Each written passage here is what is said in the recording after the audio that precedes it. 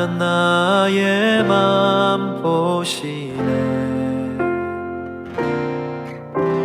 주 나의 눈물 안에 홀로 울던 맘 아시네. 주 사랑 내게 있네.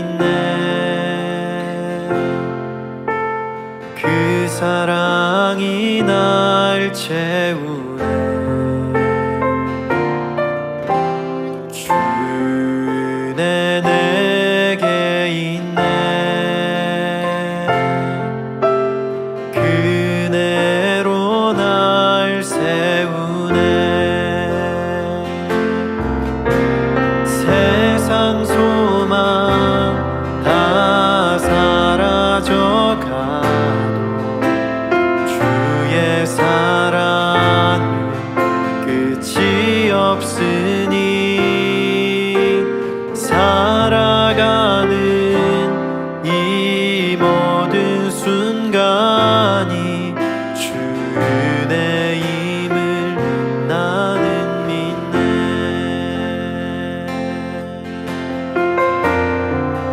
주 사랑 내게 있네. 주 사랑 내게 있네. 그 사랑이 날 채우네. 주 은혜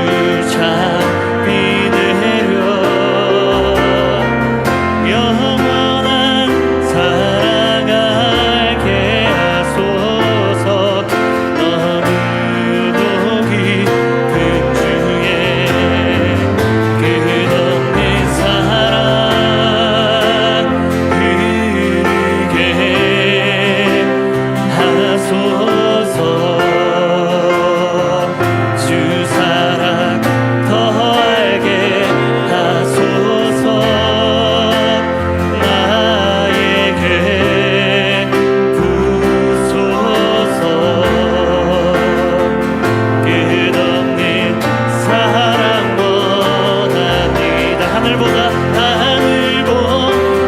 높은 주의 사랑 하늘에서 주 자비 되어 영원한 사랑하게 하소서. 너무 도 깊은 주의 끝없는 사랑 흐르게 하소서. 주 사랑 더 알게 하소서. 나에게 부소서. 나에게 부소서. 끝없는 사랑 끝없는 사랑 원합니다. 끝없는 사랑 흐르게 하소서. 주 사랑 더 알게 하소서. 나에게 부소서. 끝없는 사랑. 우리 마지막으로 끝없는 사랑 끝없는 사랑 흐르게 하소서. 주 사랑 더 알게 하소서. 나에게 부소서. 끝없는 사랑 원합니다. 끝없는 사랑 원합니다. 끝없는 사랑 원합니다.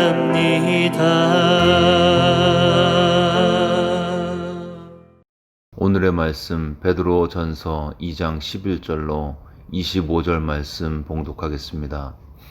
사랑하는 자들아, 거류민과 나그네 같은 너희를 권하노니 영혼을 거슬러 싸우는 육체의 정욕을 제어하라.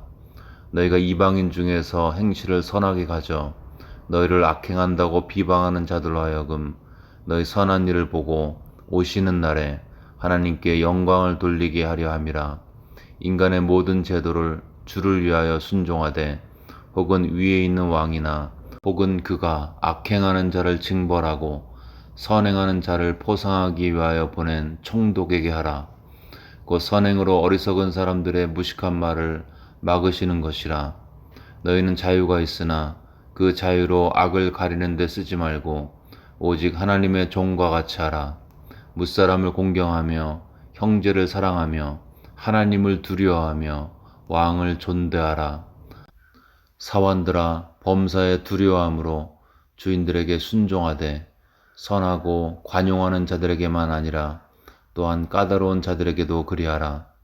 부당하게 고난을 받아도 하나님을 생각함으로 슬픔을 참으면 이는 아름다우나 죄가 있어 매를 맞고 참으면 무슨 칭찬이 있으리요. 그러나 선을 행함으로 고난을 받고 참으면 이는 하나님 앞에 아름다우니라.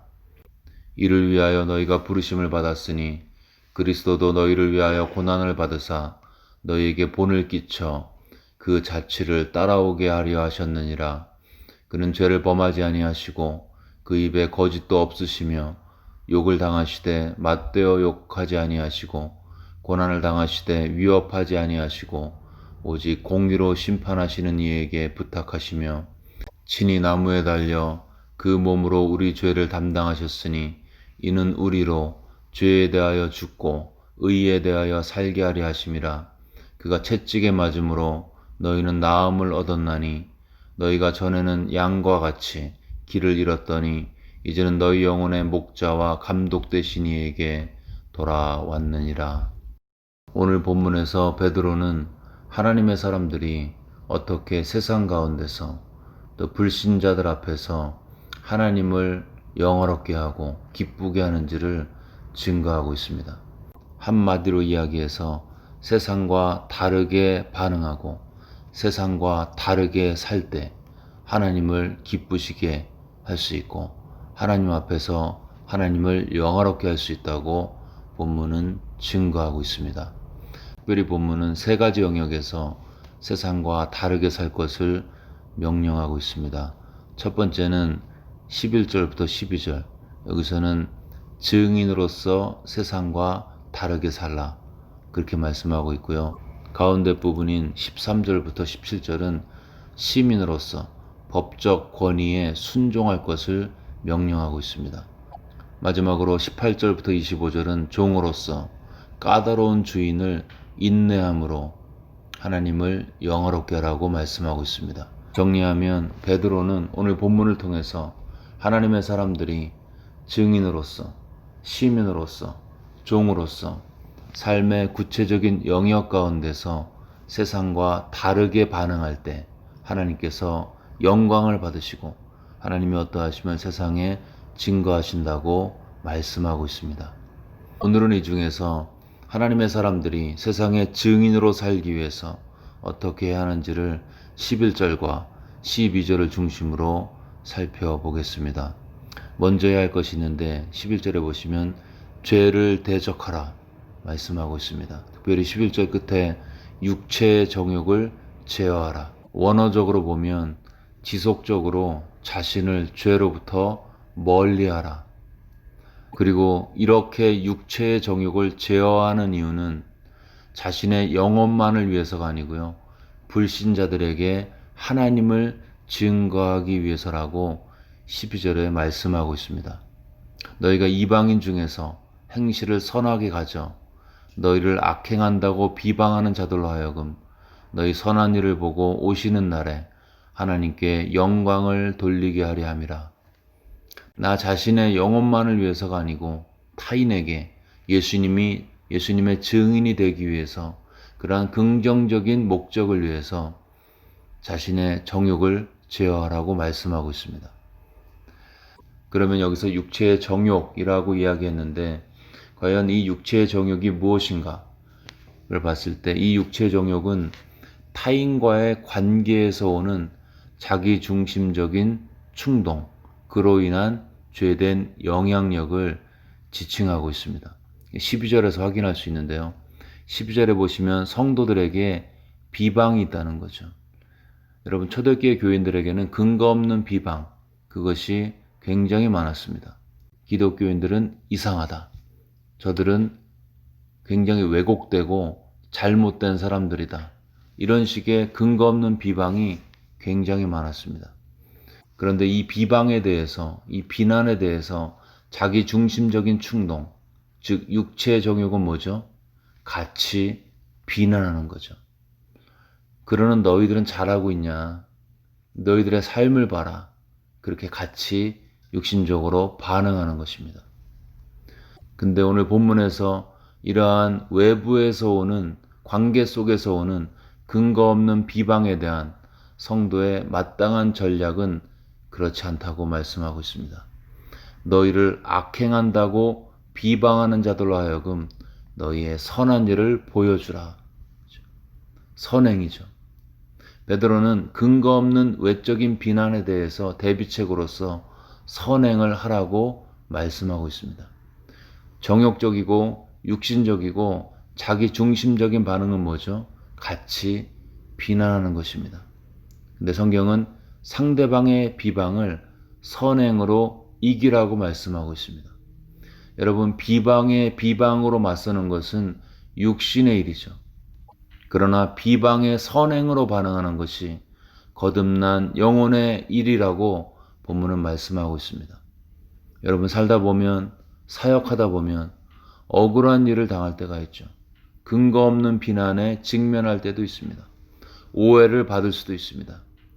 그럴 때 우리 육신은 같이 비난하고 싶어 합니다. 당신은 얼마나 잘났습니까?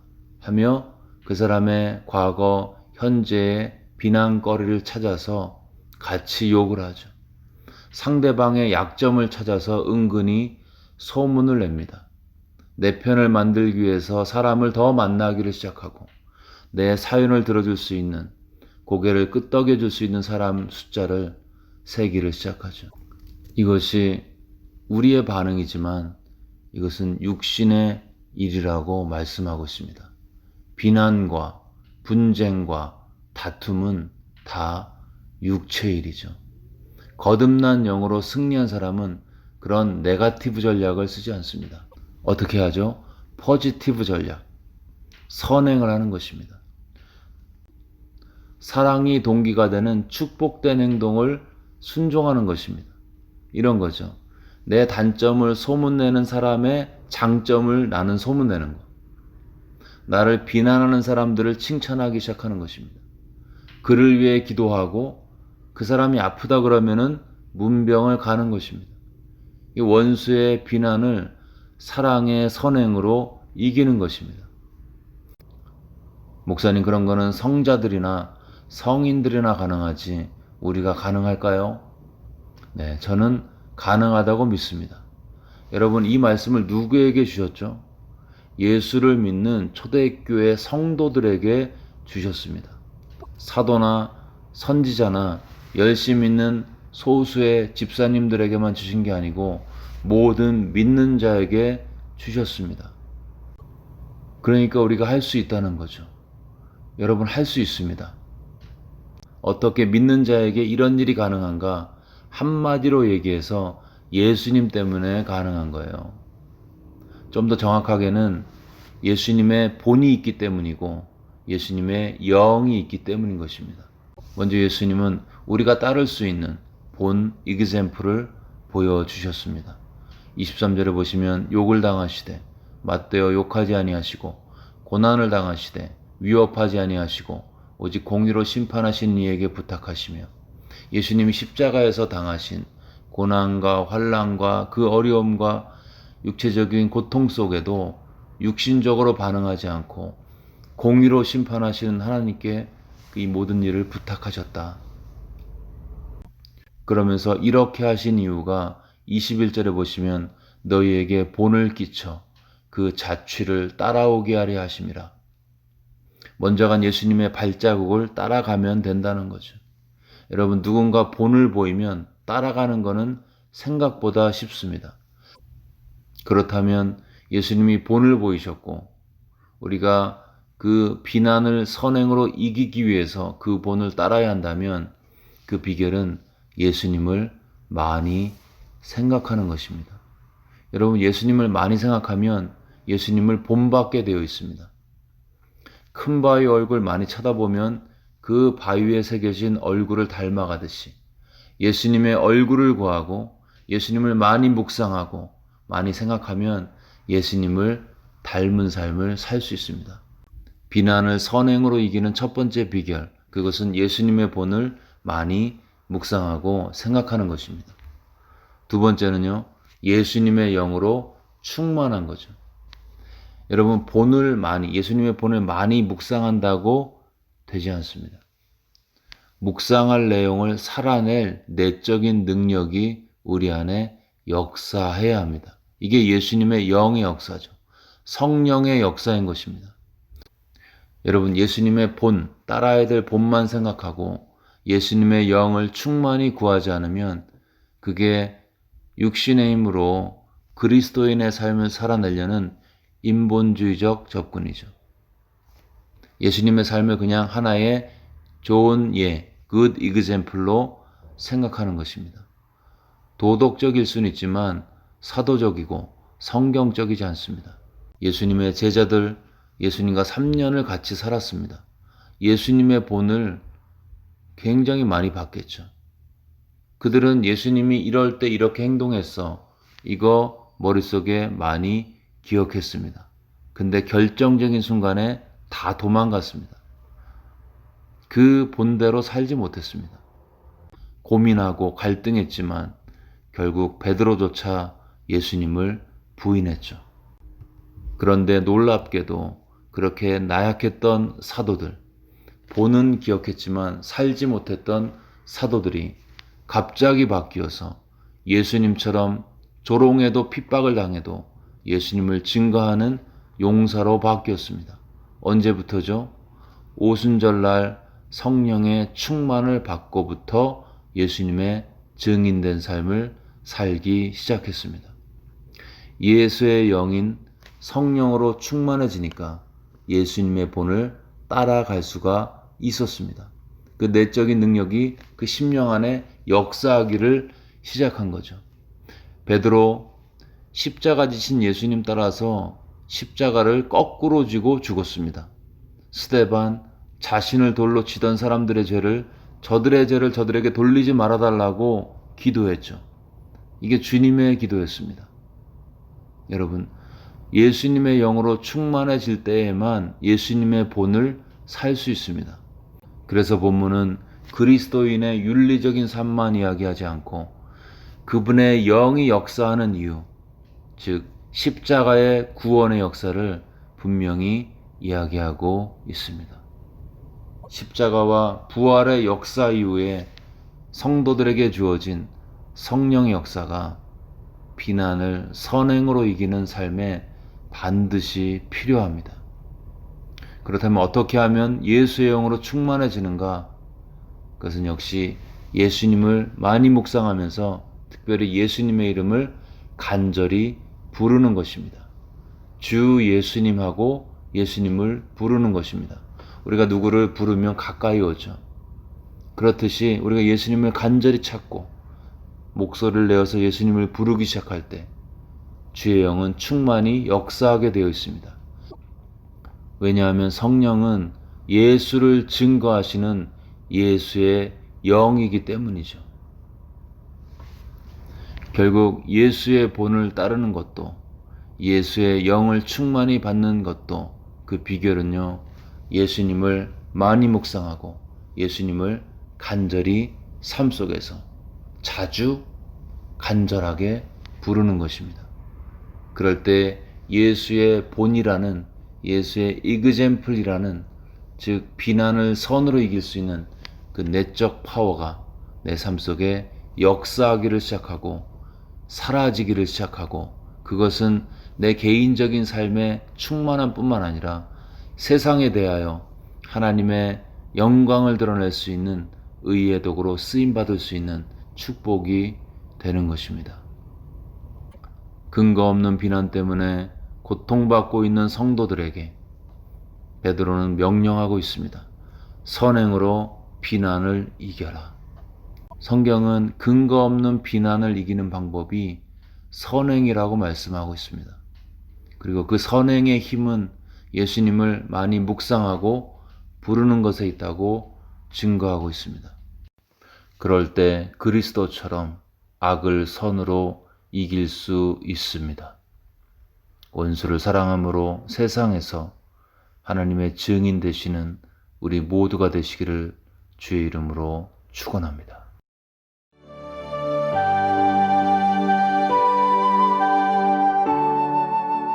이 시간 들은 말씀 붙들고 함께 기도하겠습니다.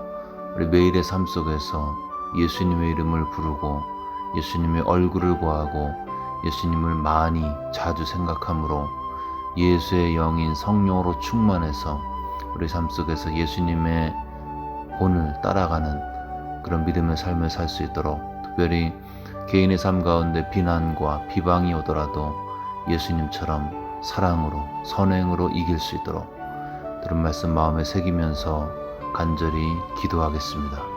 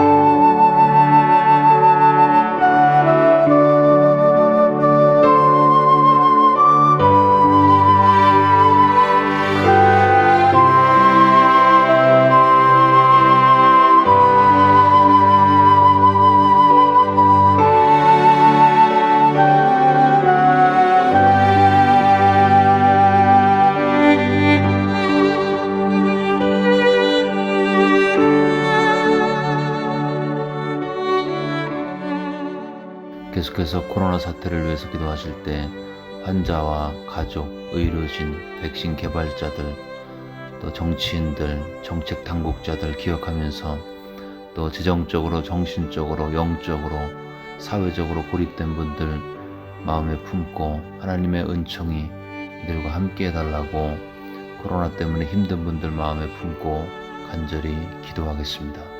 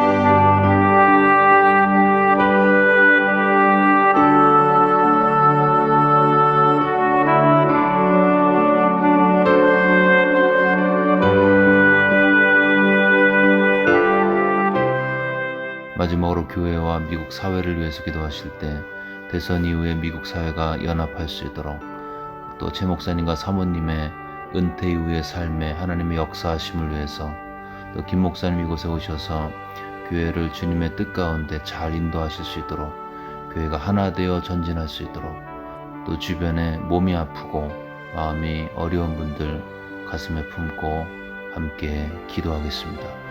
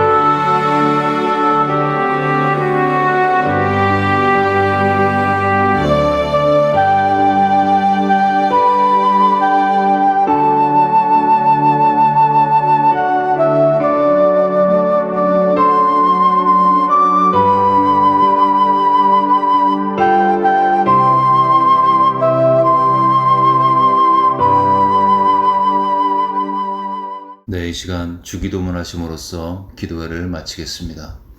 하늘에 계신 우리 아버지여, 이름이 거룩히 여김을 받으시오며 나라가 임하옵시며 뜻이 하늘에서 이루어진 것 같이 땅에서도 이루어지이다. 오늘날 우리에게 일용할 양식을 주시옵고 우리가 우리에게 죄 지은 자를 사하여 준 것 같이 우리의 죄를 사하여 주시옵고 우리를 시험에 들게 하지 마시옵고 다만 악에서 구하시옵소서. 나라와 권세와 영광이 아버지께 영원히 싸움나이다. 아멘.